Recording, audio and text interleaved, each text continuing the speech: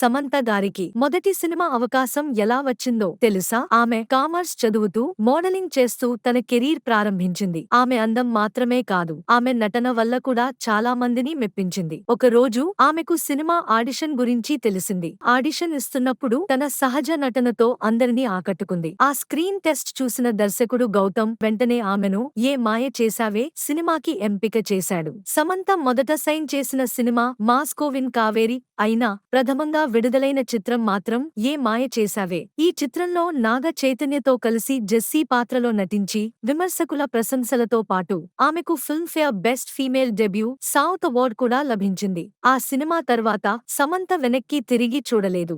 ఈగ, దూకుడు, అత్తారింటికి దారేది, రంగస్థలం, మహానటి, ఓ బేబీ, జాను, శాకుంతలం, ఖుషి వంటి ఎన్నో చిత్రాల్లో సమంత తన ప్రత్యేకమైన నటనతో ప్రేక్షకుల మనసులను గెలుచుకుంది. ఇప్పుడు సమంత ఒక అందమైన నటి మాత్రమే కాదు, ఒక అద్భుతమైన ప్రయాణానికి ప్రతీకగా నిలిచింది.